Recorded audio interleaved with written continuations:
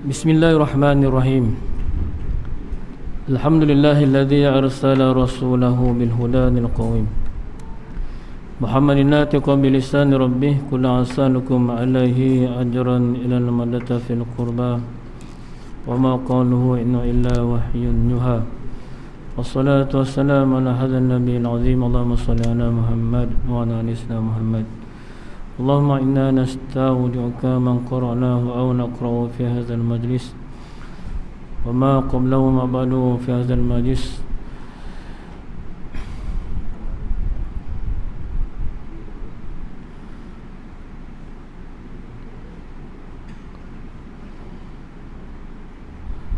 ففزوا علينا حتى تردوا علينا وأغتوا احتياجنا إلى يا أرحم الراحمين يا أرحم الراحمين يا أرحم الراحمين. اللهم أكرمنا بنور فهمي وأخرجنا من ظلمات الوهم وافتح لنا أبواب رحمتك وانشر علينا حكمتك يا أرحم الراحمين. اللهم يا من مقام قلب العمور كره بيده وإليه يرجع له أمر كله يا فتاه يا عليم افتح علينا فتحا قريبا وثبتا سناتنا واهدي قلوبنا وفعل كذا بك بأحبابنا عبدا وارزقنا كما فات العارفين وفي قاف الدار ونعم كمان مختص والصدق واليقين والعافية والنصر والفهد والنفس والانتفاع وخيرة الدارين وفي الأولين والآخرين. Rabbi shrah li sadri wa yassir li amri wahlul 'uqdatam min lisani yafqahu qawli. Subhanaka la ilma lana illa ma 'allamtana innaka antal alimul hakim. La haula wa la quwwata illa billahi al-'aliyyil 'azim. Assalamualaikum warahmatullahi wabarakatuh. Yang dimuliakan Tuan Imam, yang dikasihi tuan-tuan guru, para asatizah, para pecinta ilmu, hadirin hadirat sidang jemaah yang dirahmati Allah. Pertama-tamanya kita merafakkan kesyukuran kepada Allah Subhanahu wa taala dengan limpah kurnia dan izinnya dapat kita bersama-sama berada dalam majlis ilmu dalam rumah Allah ini. Mudah-mudahan Allah kurniakan keberkatan pada kehidupan kita. InsyaAllah kita sambung bicara kita mengenai kitab Rahiqul Makhtum. Qala al-mu'allifu rahimallahu ta'ala wa nafa'ana bihi wa bi'ulumihi wa maddana bi'aqrarihi fid dari ni'amin. Bismillahirrahmanirrahim. Terdahulu kita telah bicarakan mengenai agama orang Arab. Kita nak tahu bagaimana sebelum kebangkitan Nabi kita Muhammad sallallahu alaihi wasallam kedudukan agama orang Arab ketika itu, yang mana telah ditinggalkan oleh keturunan daripada Nabi Ibrahim dan Nabi Ismail sekitar lebih kurang 300 tahun, lebih kurang begitulah. Dan maka agama orang Arab tu bagaimana? Kan? Nak cerita di sini betapa orang Arab tu mengamalkan agama yang bagaimana. Kebanyakan orang Arab menyahut suruhan Nabi Ismail ketika baginda alaihissalam mengajak mereka kepada agama bapaknya dulu, ini Nabi Ibrahim, untuk menyembah Allah dan mengesakannya serta mengamalkan ajaran agamanya. Setelah beliau meninggalkan dunia ini, berlalulah masa yang panjang. Mereka mulai lupa sebahagian dia daripada ajaran-ajaran agama tersebut. Maka contoh kita sekarang lah, kan, contohnya yang ada sekarang ni, kalaulah kita ni kurang nak mendengar majlis-majlis ilmu, maka ilmu tu akan berkurang. Kan? Akan berkurang. Contoh ilmu Quran. Kan? Sekarang ni orang tak gemar untuk belajar taranum. Buat apa lagu-lagu ni? Kan? Kan? Tak berlagu pun tak apa, janji tajwid betul. Kalau tajwid tak betul pun tak apa, jangan sampai kepada Al-Lahnul Jali. Tu. Orang nak kurang lagi tu sampai begitu. Kan? Janji solat dia sah. Dia tu. Ibadat dia diterima. Maka makin berkuranglah pengetahuan agama tu. Kan? Sekadarnya saja janji solat, kan? Kalau kata kita pertikaikan siratal ladzina an'amta 'alaihim ghairil maghdubi 'alaihim waladdallin. Kita belajar tu wajib 6 harakat. Betul? Mad lazim kalimi mustaqal. Wajib 6, tak boleh kurang, tak boleh lebih. Kita belajar dulu. Ikut mazhab Syafi'i kan, dan qiraat dia. Maka sekarang ni kata dalam Fatihah dari sudut fiqh solat dia sah. Nampak? Sebab tidak melakukan kesalahan ahlanul jali, tidak mengubah huruf. Nampak sampai begitu sekali. Jadinya kita dengarlah orang-orang yang baca Fatihah tu dhalin gitu je. Kan? Maka ilmu tu akan berkurang. Maka mereka tak ambil peka akan akan ulama-ulama qura' ni tadi. Kan? Sedangkan bacaan itu diamalkan daripada Nabi kita Muhammad sallallahu alaihi wasallam lagi. Dhalin tu dia 6 harakat lebih gitu. Kan? Begitu jugalah yang berlaku kepada agama orang Arab ketika mana setelah mana ditinggalkan masa yang panjang, tak ada rujukan. Kan, tak ada rujukan. Macam kita berlalu juga ketika mana zaman salaf kan, zaman para sahabat tinggalkan kan, masa yang panjang juga gitu kan. Ketika mana zaman sahabat tu kalau berlaku masalah fiqh ni, dia akan rujuk terus kepada Nabi kita Muhammad sallallahu alaihi wasallam. Maka setelah mana tak ada Nabi, kita rujuk pada sahabat. Maka sahabat tak ada, masuk zaman salaf. Lama zaman salaf tu berlakulah satu pertikaian.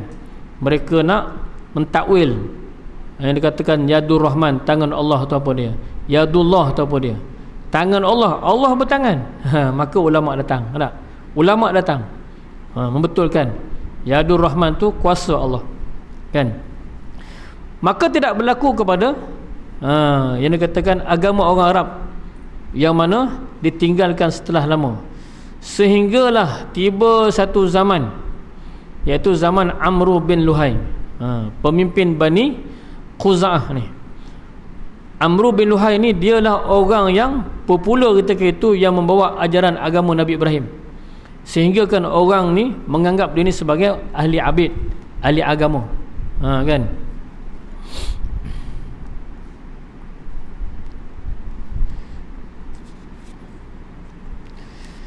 Ketika zaman Amr bin Luhai tu, mereka masih lagi berpegang kepada akidah.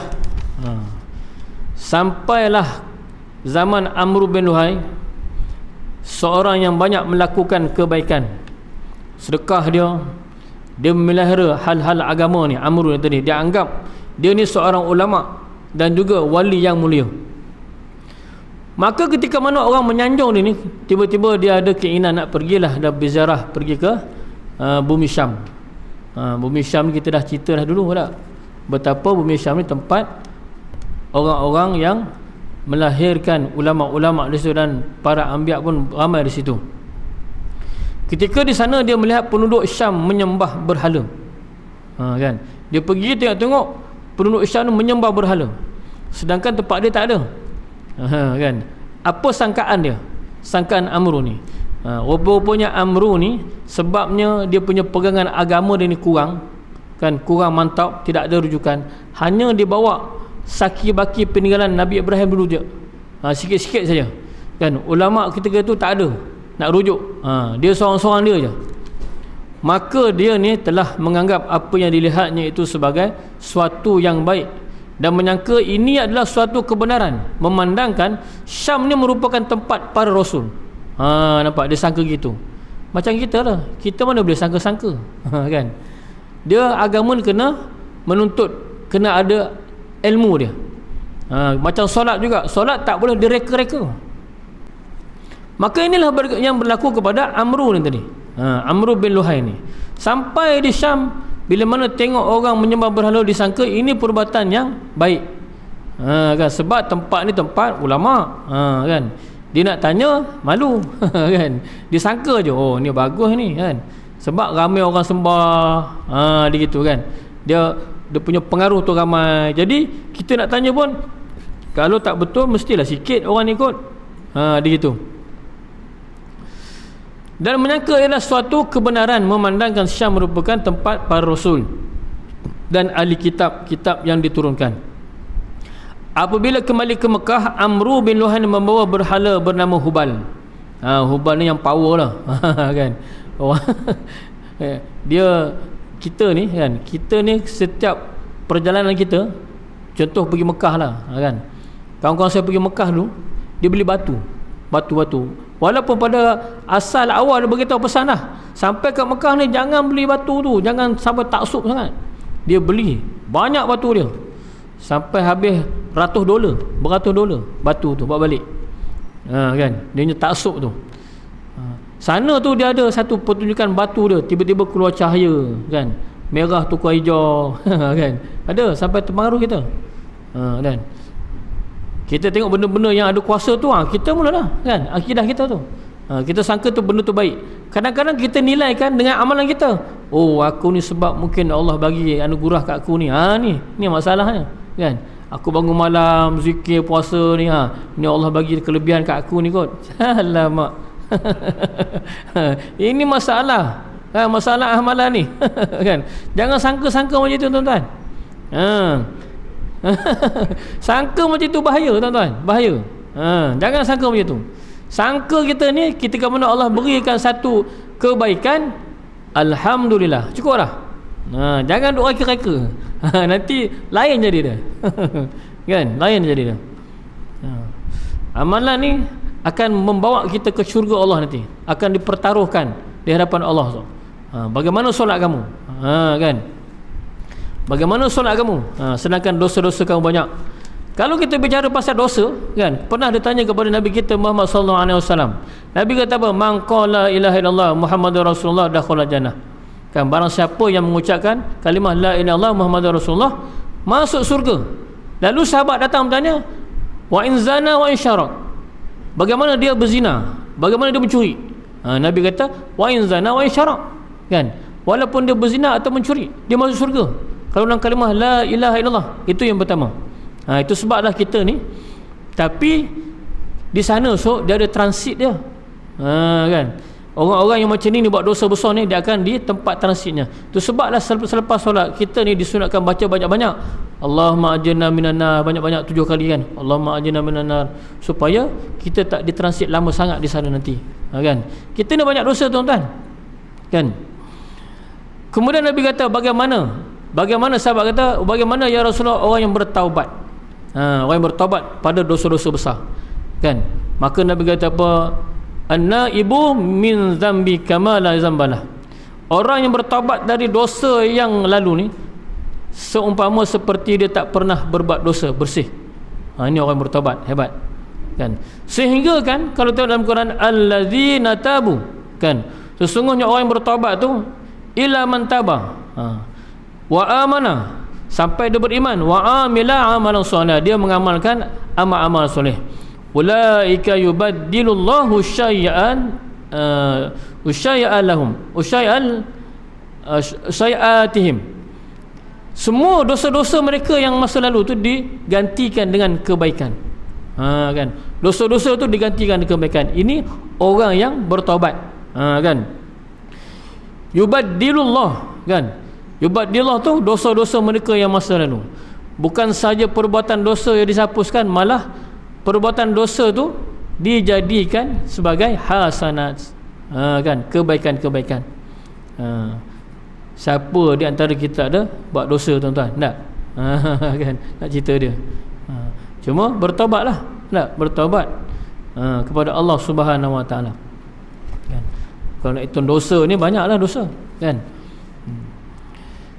Maka begitulah yang berlaku kepada Amru. Dia bawa berhala bernama Hubal bersama-samanya dan meletakkannya di dalam Kaabah. Masa tu tak tahulah bentuk dia macam mana, tak? Dia mengajak penduduk Mekah mensyirikkan Allah dan mereka pun menyahut ajakannya. Mudahlah masa tu, tak ada siapa-siapa dah. Tengok saja Amru ni orang yang dihormati. Kan, orang yang pegang agama ketika tu, dia pun sembah Hubal, kawan ikut je lah. Kan, sebab orang yang buat ni orang yang ada ilmu. Contoh itulah. Tak? Tidak lama kemudian penduduk Hijaz turut mengikut jejak penduduk Mekah. Maka bertambah-tambahlah kan orang yang datang ke Mekah itu nak buat umrah kan, nak buat haji ketika tu kan, nak tawaf tu, maka ikut perbuatan yang dilakukan oleh Amru. Kalau orang tanya siapa yang mula-mula menelopori kan untuk menyembah berhala ni, Amru lah. Kan, Amru bin Luhai ni. Kerana penduduk Mekah itu merupakan penguasa Kaabah dan penduduk tanah haram. Antara berhala mereka yang tertua ialah Manah yang terletak di Al-Mushalla di persisiran Laut Merah berhampiran dengan Quyat. Kemudian mereka meletakkan Al-Lata di Taif dan seterusnya Al-Uzza di Wadi Nakhlah. Wadi Nakhlah ni satu tempat yang tuan-tuan kena tahu ketika mana Nabi dipulau oleh kaumnya. Ni cerita sikit lah sebab disebut Wadi Nakhlah ni, kita kena tahu dia Wadi Nakhlah ni di satu tempat, nama dia tempat ni lembah, bukan lembah beringin kan. Wadi Nakhlah ni tempat lembah yang mana jarang-jarang orang lalu di situ kan. Tetapi di situ ada satu berhala. Tempat apa? Kerana tempat Wadi Nakhlah ni, lembah ni dikelilingi oleh air-air kan. Maka sudah pastilah air-air ni yang mana tidak pernah diusik, di situ tempat jin-jin. Jin-jin berumah kan. Tempat-tempat jin bertapa lah di situ. Maka sudah pastilah orang yang menyembah berhala di situ, patung tu dia ada kesaktian. Cerita bila mana jin ni kita sembah, kita anggap dia ada kuasa, maka jin akan tunjukkan kuasa dia. Ini dicerita dalam surah Al-Jin. Tuan-tuan baca surah Jin. Yang mana kisah orang-orang tua-tua dulu kan. Mat, kalau kamu pergi hutan, kamu bagi salam dulu tau, jangan masuk je, nanti kena ketegur. Kan, kena ketegur. Macam mana salamnya ni? Assalamualaikum, nenek tumpang lalu, cucu nak masuk hutan. Ataupun nak buang air kecil dah, tabik tok nenek, tabik tok nenek, cucu nak tumpang lalu, kan dulu. Dulu lah, tak tahulah kalau belah sini macam mana dia punya mentera dia tak. Betul-betul oh bateri oh dia ada bateri Itu diceritakan dalam surah Al-Jin. Jin kata apa ketika mana kan, ketika mana kami ni kumpulan jin, kan, kumpulan jin ni mengetahui manusia ni sebagai khalifah. Tiba-tiba satu malam kan, ada seorang pemuda lalu satu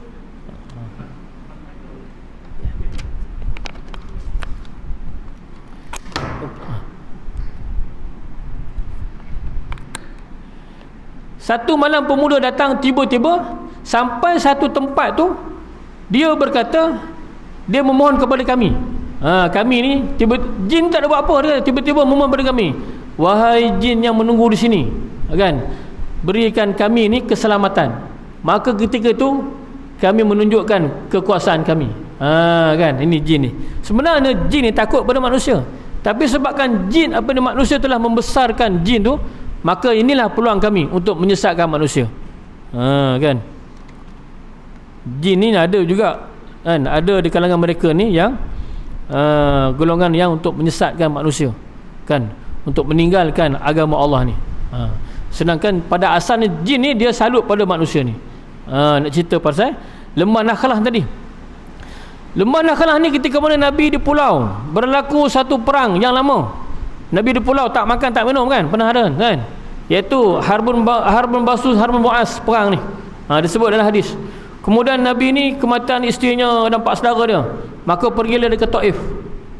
Sampai ke Taif bersama dengan Zaid bin Harisah, kan, anak angkat dia kan, anak angkat dia.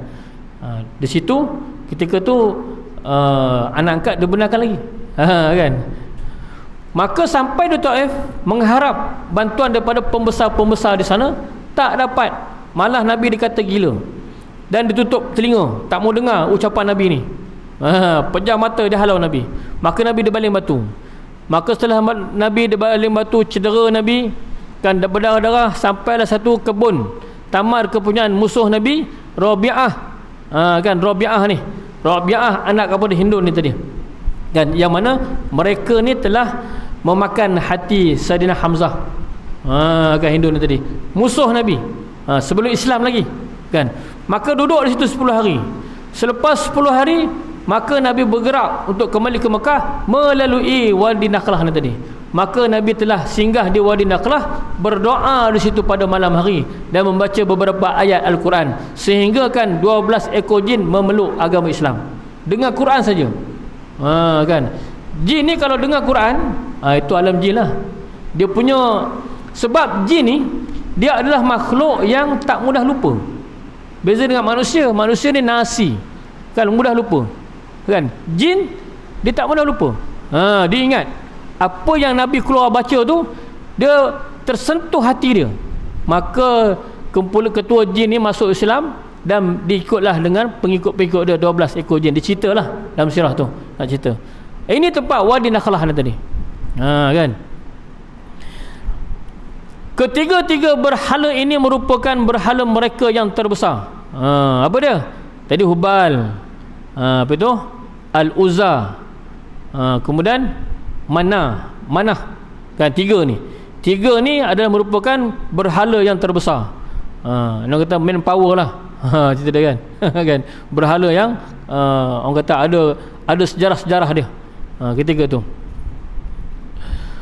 Berhala-berhala juga semakin banyak di merata tempat di Hijaz. Diceritakan bahawa Amr bin Luhai dapat melihat jin, di mana jin telah memberitahunya bahawa berhala-berhala kaum Nuh pula. Kan dia boleh tengok jin. Ibu-ibu belakang boleh tengok jin. Saya pernah nampak jin Ustaz tak? Ada tak? Suka tengok jin tak? Jin Samsudin lah. Jin Samsudin tu lain tak? Saya baca satu kitab daripada Muhammad Isa Daud, iaitu berdialog dengan jin kan. Masa tu saya duduk Sabah baca tu, saya khatam kitab tu. Dia kata orang yang nampak jin ni adalah satu kerugian.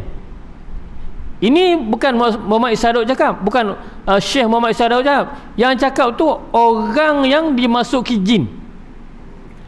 Maknanya yang cakap tu jin lah. Nak cerita dia kan. Tuan-tuan kalau baca kisah jin ni seronok kan. Seronok.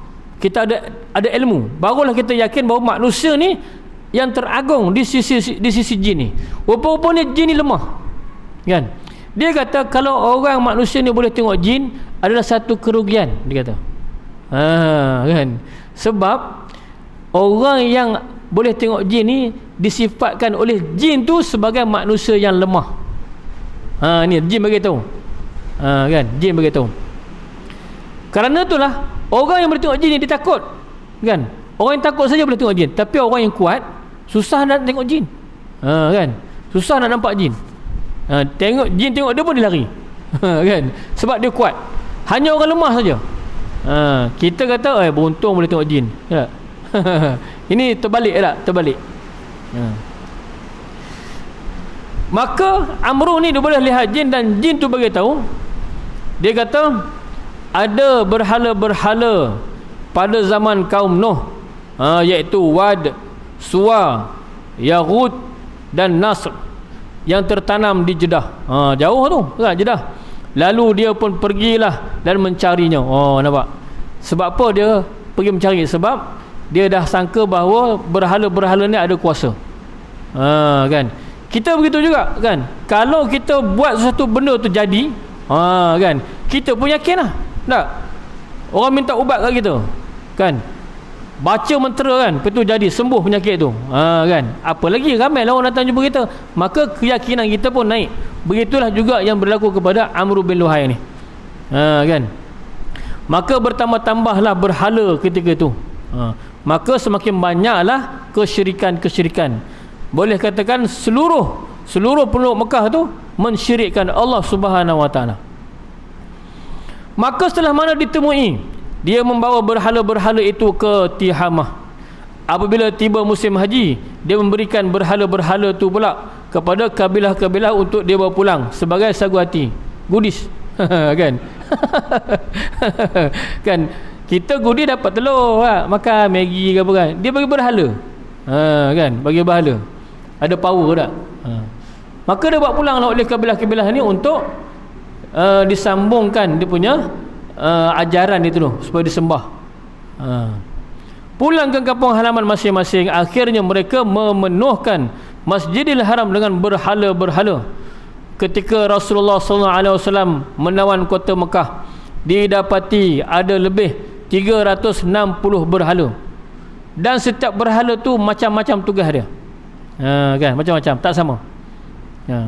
Banyak tu kan, 360 banyak kan. Nak cerita dia di sekitar Kaabah, Rasulullah SAW menghancurkan berhala-berhala itu dalam Kaabah, dan Rasulullah SAW memerintahkan agar berhala-berhala itu dibawa keluar dari masjid dan dibakar. Tu ketika mana zaman Rasulullah tadi. Begitulah tuan-tuan bagaimana syirik dan penyemaran berhala telah menjadi mercu tanda terbesar dalam agama orang jahiliah yang mendakwa kononnya mereka adalah pengikut agama Nabi Ibrahim. Ini kita juga ni kan, kita lebihkan tradisi adat daripada syariat tak? Kita besarkan adat-adat. Mana tahu satu hari nanti mungkin terjadi juga yang berlaku baru-baru ni. Saya tegur saja kan, bukan tak betul. Membaca surah Al-Mulk setiap hari Sabtu dan Ahad, sedangkan arahan pejabat agama membaca surah Al-Mulk setiap malam selepas Isyak kan. Tapi ada masjid buat Sabtu Ahad tanpa beritahu jemaah. Nampak? Apa yang berlaku pada budak-budak? Kita dulu pernah jadi budak kan. Pada budak dulu setiap malam Jumaat baca Yasin, betul tak? Contoh Yasin. Maka ketika mana tak baca Yasin, satu kesalahan tak? Berasa satu kesalahan. Dan setiap malam Jumaat tu jadi wajib pula. Kita dulu lah budak-budak. Sekarang ni pun nak jadi juga. Budak-budak tanya kan, baca surah Al-Mulk bila? Sabtu Ahad je. Sedangkan hadis kata sebelum tidur. Kan? Kalau lah tak ada beritahu pada jemaah, maka 10 tahun akan datang, generasi tu akan bangkit kata kita baca surah Al-Mulk Sabtu Ahad je. Nampak? Ini akan terjadi. Sebab apa? Nak jaga hati jemaah. Sebab dia kata apa, Sabtu Ahad orang cuti. Dia amalan ibadat tak boleh buat begitu. Kan, ibadat amalan, walaupun amalan tu sunat, tapi ketika mana dia nak menjadikan amalan tu rutin kepada jemaah-jemaah tu kan, kita kena buatlah setiap malam. Kan, ada satu masjid dia buat itu, dia Sabtu Ahad dia buat, hari lain tak buat, Isnin sampai Jumaat tak buat, hari cuti dia buat. Maka itu jadi tradisi, nanti bimbang jadi tradisi, difahami oleh orang-orang muda tu, salah faham tak? Kadang-kadang orang tu pun tak faham kan, dia kata senanglah Sabtu Ahad masjid ni baca Al-Mulk, balik rumah tak baca. Kan gitu.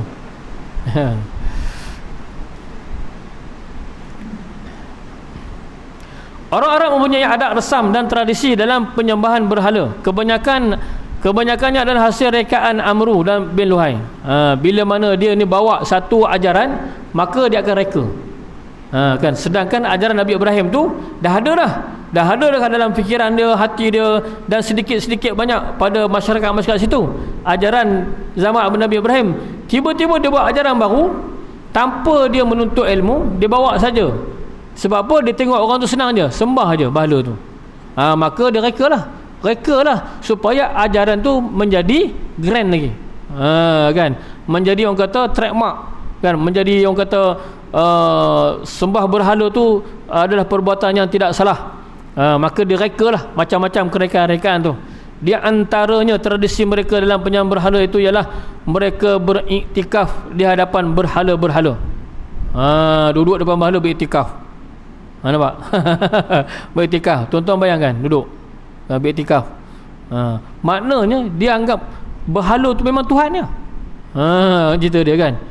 Macam kita duduk di rumah Allah beriktikaf macam mana? Hati kita kan khusyuk kan.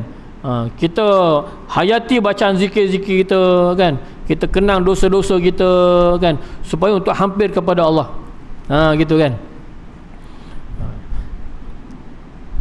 Nilai seorang bila mana kenal dosa menangis. Hebat. Sebab apa? Allah anugerahkan begitu. Walaupun dengan paksa. Kita ni fikir dosa kita buat dulu, confirm susah nak menangis. Betul tak? Sujud dah sampai lama pun, setengah jam sujud, tak nangis kan? Susah nak menangis. Tapi kalau kenang kita punya kesusahan, menangis kita. Tak? Sampai hati dia buat aku macam tu, sup menangis tu. Menangis tak? Tak patut dia buat macam tu kan. Aku baik dengan dia, tiba-tiba menangis. Mudah menangis kan? Tapi kalau kenang dosa, taubat, susah nak menangis. Kerana itulah Allah anugerahkan nilai ganjaran mata yang mengenang dosa-dosa terlalu, mengalir air mata dia, setetes tu menghapuskan dosa-dosa dia. Oh, hebat kan? Allah berikan nilai tu. Kan? Bukan senang. Sebab apa? Bukan senang kita nak mengalirkan air mata fikir dosa tu. Kan? Nak cerita dia. Takut dengan azab Allah, tapi kenang dosa tu tak boleh mengalirkan air mata. Nak cerita dia. Tapi kenang kesusahan, mengalir air mata. Susah kan? Ada anak 4 kena tinggal laki, menangis. Mudah air mata menangis tak? Kan? Sebut saja kan? Minah, mana laki kau? Menangis terus. Tak cerita kan? Sebut dosa, laki kau tu tika nombor ekor kan? Lagi marah dah lah. Tak menangis dah. Nak cerita tu. Beriktikaf di hadapan berhala-berhala itu dan mengaku, menyeru serta meminta pertolongan pada saat-saat genting. Beriktikaf ni mana kata menyerah diri lah kan, duduk depan berhala tu kan, mengaku begini kan. Kita, akidah kita jangan buat macam tu. Jangan reka-reka amalan-amalan yang menjadikan kita jadi seronok dengan amalan baru kita buat. Kan? Kita berzikir. Berzikir ni untuk apa? Kan? Untuk membersihkan hati. Zikir ni kan, tajalillah kan, untuk menghampirkan diri kepada Allah, kena bersihkan hati. Kan? Zikir ni bantu untuk hati kita dibersihkan. Sebab hebatnya umat Muhammad SAW ni, agama Islam ni adalah agama kesempurnaan, sehingga kan Nabi turun sebagai utusan untuk menyempurnakan, tak? Kan, akhlak. Innama bu'istu liutimma min makarimal akhlak. Kan, untuk menyempurnakan akhlak yang baik di kalangan kamu. Kan, manusia tu baik dah akhlak dia, tapi Nabi diutuskan untuk menyempurnakan, sehingga kan ibadat-ibadat tu kena sempurna. Nak solat, sempurnakan wuduk kamu. Kan, sempurnakan akidah kamu. Kan, untuk kamu solat tu kena sempurnakan akidah kamu. Nak masuk Islam kena sempurnakan, segala-galanya kena sempurnakan. Kesempurnaan tu main peranan besar sangat-sangat kan, sehingga kan Nabi diutuskan bukan saja menyempurnakan akhlak, malah untuk menyempurnakan ibadat-ibadat yang mana kita tak mampu nak buang. Contoh ego kan, solat dengan keadaan riak tak diterima kan, sehingga kan Ibnu Iyad dalam kitab Kifatul Mutadi dia kata apa? Mengerjakan amalan kerana manusia itu adalah riak, meninggalkan amalan kerana manusia itu syirik. Ini nak cerita ikhlas. Kita kalau tanya ikhlas, Ustaz, ikhlas macam mana? Ikhlas lah. Macam ni ikhlas tu? Ikhlas ni, ikhlas lah. Ulama dia tak tidur malam, dia cerita untuk memberi faham kepada masyarakat, sehingga kan dikeluarkan satu bahasa yang kita faham. Dia kata ikhlas tu mengerjakan amalan kerana manusia itu riak, apa? Meninggalkan amalan kerana manusia itu syirik. Ikhlas di tengah-tengah. Ketika mana kita kan ada diuji kan, ketika mana kita ni nak tahu kita ni betul-betul tak buat amalan kerana manusia, Allah. Tiba-tiba kita diuji, kawan kita ni kata kita kan, kamu tu nak tunjuk alim nak pergi surau tu, kan, kamu ni begini-begini, terus ditinggalkan surau. Nampak sangat dia kerjakan amalan kerana manusia. Sebab meninggalkan amalan kerana manusia itu syirik. Untuk mengenal ikhlas ni kita kena tempuh. Lantak kau nak kata apa? Gitulah lebih kurang. Kan? Sebab agama dia gitu. Nabi bawa agama susah. Kita senangnya kena kata je. Yang kata bawa Islam juga. Kan? Kata tu sebab dia tu kurang faham. Kadang-kadang ujian daripada Allah. Kamu betul lah kena mengerjakan kerana aku, kan? Kamu kena faham ikhlas tu macam mana. Bukan ikhlas tu pejam mata, kan? Nak datang ikhlas tu ikhlas, bukan hanya cakap saya ikhlas ni ustaz, ikhlas. Kan? Ini nak menyedapkan hati manusia, kan? Ikhlas ni bang, saya ni sedekah ni ikhlas, kan? Lantas Allah ajak, Allah berikan ujian. Tiba-tiba kita tinggalkan amalan tu. Dulu orang kenal kita ni orang ahli ibadat. Oh dia ni kuat ibadat, datang surau ni. Oh dia ni makmurkan surau. Tiba-tiba tinggal. Bila jumpa orang, kenapa? Malas aku, cemas aku. Buat baik pun orang kata. Kan? Buat baik pun orang kata aku tak baik, gini. Itu kerja kerana amalan kerana manusia. Syirik. Tinggalkan amalan kerana manusia, syirik. Tak boleh gitu. Orang tak suka kita tu ujian, tak apa, memang begitu. Manusia ni ada kelemahan-kelemahan dia. It's alright. Sebab aku tak kaya lagi kau tak suka aku. Kan? Sebab aku miskin kot. Tunggu aku jadi kaya. Besok dah kaya esok. Oh baru rapat. Man, kau kawan aku kan dulu. Okey, dulu kau tak suka aku dah kaya baru kau suka. Okey, it's fine. Nak cerita dia, kan? Sebab manusia ni suka pengaruh. Hati dia dipengaruhi oleh kekayaan, kesenangan, pangkat, darjat. Okey, kita raikan. Tapi jangan sampai menyintai. Itu tak boleh. Hubul jah tak boleh, hubul mal tak boleh. Kan, cinta kepada kemegahan tak boleh, cinta kepada harta tak boleh, sehingga kan agama tak boleh kita nak cakap. Kita pilih-pilih orang, agama ni kena orang ni cakap. Sampai macam tu. Tak boleh. Sebab agama ni adalah merupakan jalan untuk menyempurnakan ibadat kita. Hebatnya. Sehingga kan Nabi datang bukan saja menyempurnakan akhlak, malahan orang tak mampu nak buat sifat ego, kan? Tadi cakap kan, ego tak mampu. Mesti ada ego. Sombong kena ada, mesti ada. Sebab itu dilahirkan begitu. Kawan-kawan sekolah dulu gitu, kan? Terpengaruh, mempengaruhi. Dari apa ni, kita suka orang pangkat gini, tak boleh. Sehingga kan kita beribadat dengan perasaan riak, menyebabkan ibadah ditolak. Tapi satu amalan yang tak ditolak, kamu ego ke, sombong ke, bila mana?